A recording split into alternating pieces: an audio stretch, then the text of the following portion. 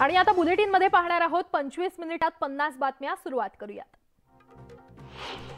कोकण रेल्वेवर करुकुट्टी ते चालाकुडी स्थानकादरम्यान 27 एप्रिलला ब्लॉक घेण्यात येणार आहे। कोचुवेली एलटीटी एक्सप्रेस रद्द करण्यात आली आहे, तर तिरुनेलवेली गांधीधाम एक्सप्रेसच्या मार्गात बदल करण्यात आलेला आहे। रेल्वेने शिक्षकांना विशेष भेट दिलेली आहे। शिक्षकांसाठी रेल्वेकडून उन्हाळी स्पेशल ट्रेन सोडण्यात येणार आहे। 2 मे रोजी एलटीटीहून बनारससाठी ही स्पेशल ट्रेन सोडण्यात येणार आहे। नागपुरात महावितरणाने वीज बिलासोबत अतिरिक्त सुरक्षा ठेवींचा भार ग्राहकांवर टाकलाय। आधी 1 महिन्याचा अतिरिक्त सुरक्षा ठेवी घेतल्या जात होत्या, आता 2 महिन्यांची रक्कम ग्राहकांकडून वसूल केली जाते आणि त्यामुळे वीज ग्राहकांकडून संताप व्यक्त होतोय। जलसंवर्धन योजनांच्या अंमलबजावणीत महाराष्ट्र अग्रेसर राज्य ठरलाय। ग्रामीण भागात 99.3% जलसाठे आहेत।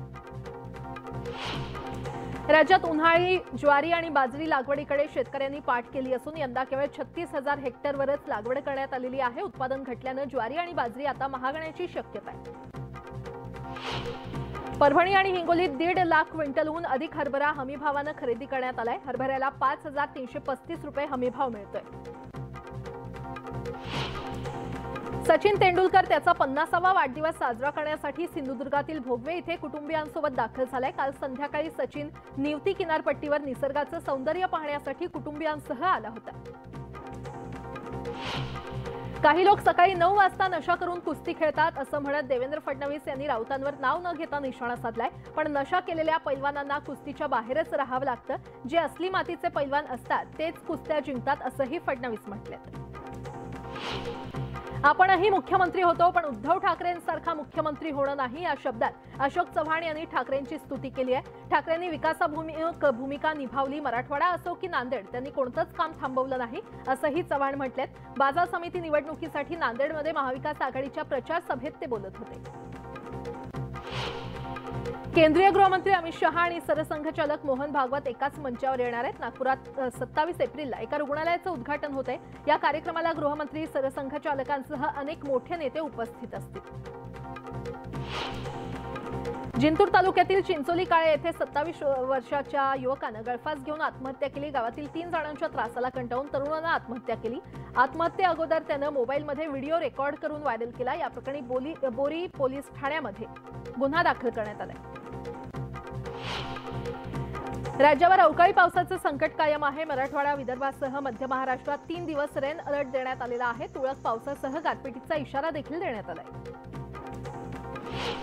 केंद्र सरकारकडून विविध कल्याणकारी योजनांसाठी भारतीय अन्न महामंडळाकडून होणारी खरेदी वेगाने सुरू आहे। 1 एप्रिलपासून 20 एप्रिल अखेर देशभरातून 12.45 दशलक्ष टन गहू खरेदी झालाय। मागील वर्षी हंगामातील एकूण गहू खरेदी 18.79 दशलक्ष टन झाली होती आणि त्याच पार्श्वभूमीवर यंदा पहिल्या 20 दिवसातच मोठ्या प्रमाणात खरेदी झाल्याचं पाहायला मिळतंय। कमी उत्पादन झाल्याने यंदा हापूस आंब्याचे दर सर्वसामान्यांच्या आवाक्याबाहेर गेलेले आहेत। देवगड हापूसचा दर डझनला 700 ते 800 रुपये इतका आहे।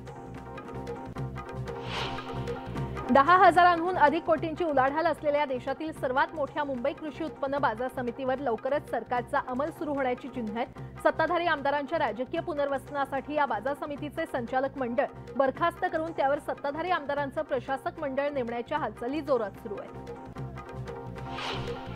अहमदनगर जिल्ह्यातील अकोले तालुक्यात विरोबा देवाची यात्रा संपन्न झाली। या यात्रेमध्ये पेटलेले माठ डोक्यावर घेऊन मंदिराला प्रदक्षिणा मारण्याची ही आगळीवेगळी प्रथा बघायला मिळते। यावेळी मोठ्या संख्येने भाविकांनी हजेरी लावली होती। बदलापुरात छत्रपती शिवाजी महाराजांचा जन्मोत्सव 5 दिवस यात्रेच्या स्वरूपात साजरा होतोय। या गावात शिवरायांचा जन्मोत्सव सोहळा 100 वर्ष तिथीनुसार साजरा होतो आणि या उत्सवात महाराजांचं मंदिर विद्युत रोषणाईने उजळून निघालं।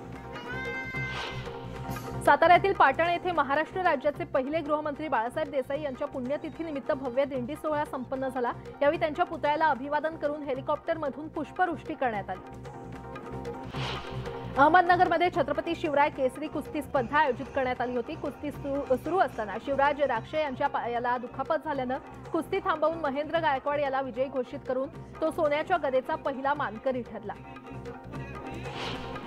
उन्हाळ्याच्या पार्श्वभूमीवर मध्य रेल्वेकडून जवळपास 450हून अधिक विशेष गाड्या चालवण्यात येत असून त्यापैकी 80%हून अधिक गाड्या केवळ उत्तर प्रदेश आणि बिहारसह दक्षिणेकडील राज्यातील प्रवाशांसाठी चालवल्या जात आहेत, तर कोकणवासियांची केवळ 74 गाड्यांवर बोळवण केली जाते। त्यामुळे त्यांची कन्फर्म तिकीट मिळवताना मोठी दमछाक होते।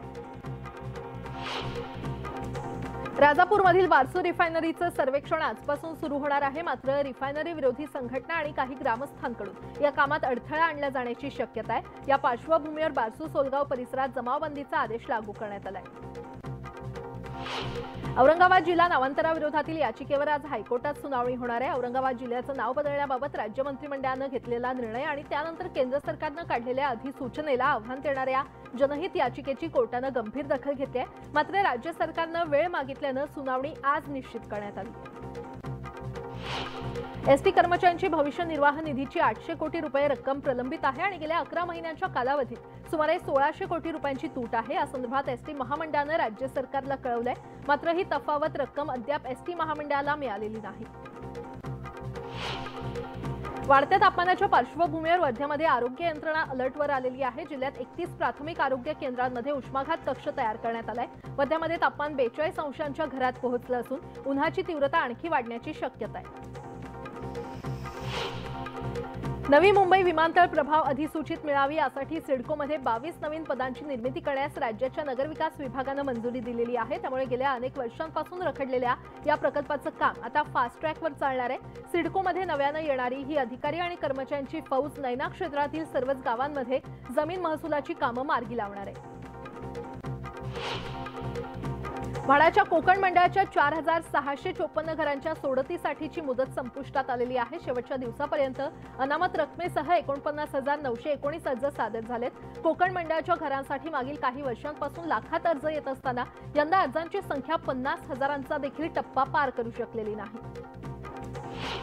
Colaba Vandre SEEPZ metro 3 मार्गिकेवरील 3ऱ्या metro गाडीचे 4 डबे आरे कारशेडमध्ये दाखल झालेले आहेत। आता लवकरच आंध्र प्रदेशातील श्री सिटी इथून आणखी 4 डबे मुंबईमध्ये दाखल होणार आहेत। हे डबे आल्यानंतर डब्यांची जोडणी करून मेट्रोची चाचणी केली जाणार आहे। वांद्रे वरळी सागरी सेतूवर दुचाकींना प्रवेश बंदी असतानाही सी लिंकवर रात्री ते पहाटेच्या दरम्यान दुचाकी शर्यत लावणाऱ्या 20 चालकांच्या वांद्रे पोलिसांनी मुसक्या आवळलेल्या आहेत। त्यांच्या दुचाकी जप्त करण्यात आल्या असून सर्वांवर कायद्याअंतर्गत गुन्हा दाखल करण्यात आलाय। जेडबलई परीक्षेनंतरही अभियांत्रिकी प्रवेशासाठी पर्सेंटाईल सक्तीचं केल्याच्या मुद्द्यावर आज मुंबई हायकोर्टात सुनावणी होणार आहे। प्रवेशासाठी नव्यानं तयार करण्यात आलेली पर्सेंटाईल पद्धती आणि त्यातील तफावतीवर एनटीए आपली भूमिका स्पष्ट करणार आहे। 511 पैकी 166 सेवा देताना प्रशासनाच्या खराब कामगिरीचा अनुभव नागरिकांना येत असल्याचं वास्तव राज्य लोकसेवा हक्क आयोगाच्या नुकत्याच प्रसिद्ध झालेल्या अहवालातून समोर आलंय। जनतेला दप्तर दिरंगाईला सामोरं जावं लागतंय आणि त्यामुळे 2015 साली राज्य लोकसेवा हक्क अधिनियम 2015 अन्वये आयोगाची निर्मिती करण्यात आली आहे। उद्धव ठाकरे आणि संजय राऊत यांच्या टीकेला गुलाबराव पाटील यांनी प्रत्युत्तर दिलंय। हिम्मत असेल तर संजय राऊतांनी यावं आणि जळगाव ग्रामीणमध्ये निवडणूक लढवून दाखवावी। त्यांना चारी मुंड्या चित करून जर बाळासाहेबांचा भगवा नाही घातला तर नावाचा गुलाबराव नाही असं म्हणत गुलाबराव पाटील यांनी राऊतांना आव्हान दिलंय। उद्धव ठाकरेंच्या पाचोऱ्यातल्या सभेवरून शिवसेनेच्या संजय शिरसाट यांनी जोरदार पलटवार केलाय। उद्धव ठाकरे यांच्याकडे बोलायला काही नाही म्हणून ते अशी विधानं करत असल्याचं शिरसाट यांनी म्हटलंय। घरात बसून चमत्कार करणारे बाबा तयार झालेत, आम्ही वणवण फिरून काम करतो असा टोला देखील त्यांनी लगावला। शिवसेना निवडणूक चिन्हाबाबत सुप्रीम कोर्टातली आजची सुनावणी रद्द करण्यात आलेली आहे। आजची तारीख मागच्या वेळी कोर्टानं दिली होती, पण कामकाजात प्रकरणाचा समावेश नाहीये।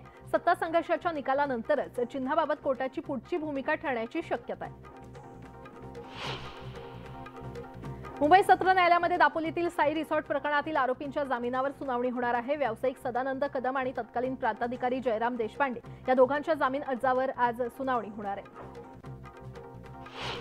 पोलीस कर्मचाऱ्याने एसटी वाहकाला मारहाण केल्याची घटना यवतमाळ जिल्ह्यातल्या मुकुटबन इथे घडलेली आहे। या पोलिसावर कारवाई न केल्यास आंदोलनाचा इशारा वणी आगारातील एसटी कर्मचाऱ्यांनी दिलाय।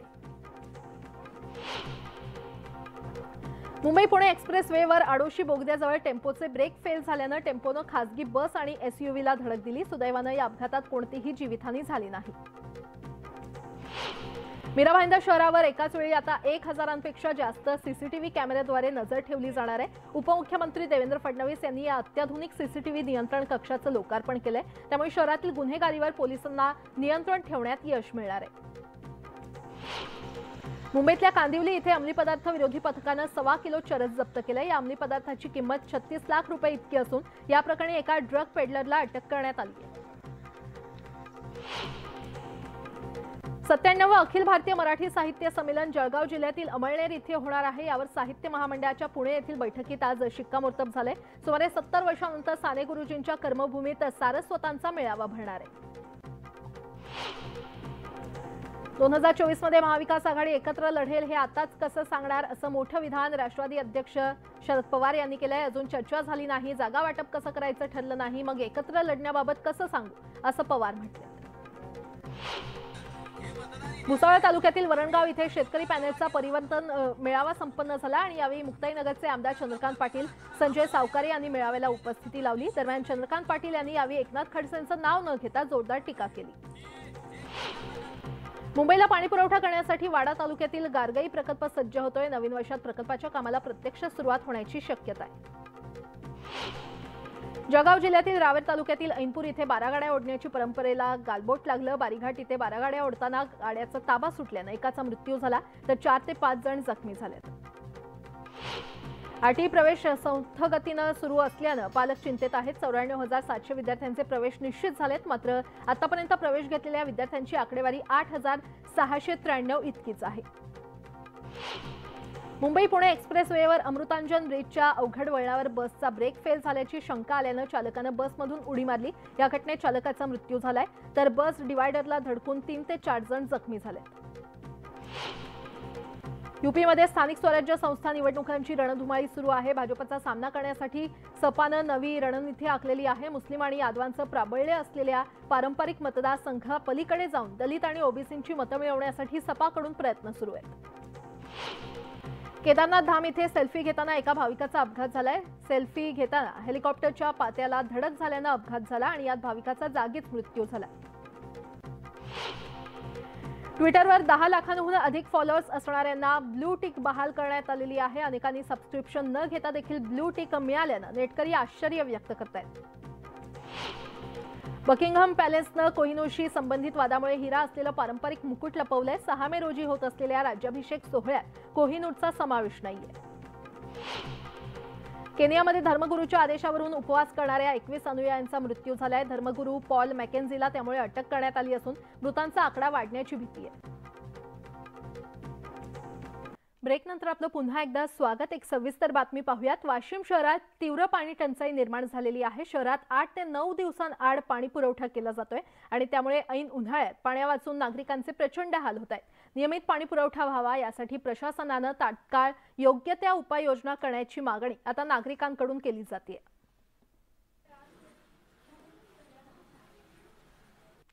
ब्रेकनंतर बुलेटिनमध्ये तुमचं स्वागत आणि पुन्हा पाहूयात काही बातम्या।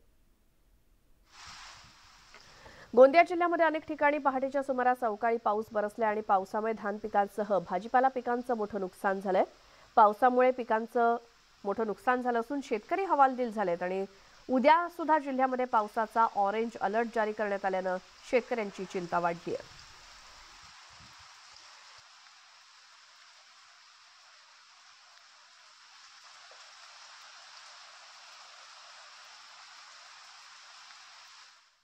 अहमदनगरमध्ये छत्रपती शिवराय केसरी कुस्ती स्पर्धेचं आयोजन करण्यात आलं होतं आणि छत्रपती शिवराय केसरी कुस्ती स्पर्धेमध्ये महेंद्र गायकवाडनं शिवराज राक्षेला नमवत सोन्याची गदा पटकावली आहे। सामन्यादरम्यान शिवराज राक्षे जखमी झाल्याची माहिती आहे आणि सिकंदर शेख आणि महेंद्र गायकवाड यांच्यामध्ये झालेल्या सेमीफायनलमध्ये सिकंदर शेखला महेंद्र गायकवाडनं चितपट केलं आणि त्यानंतर फायनलमध्ये राक्षेचा पराभव झाला।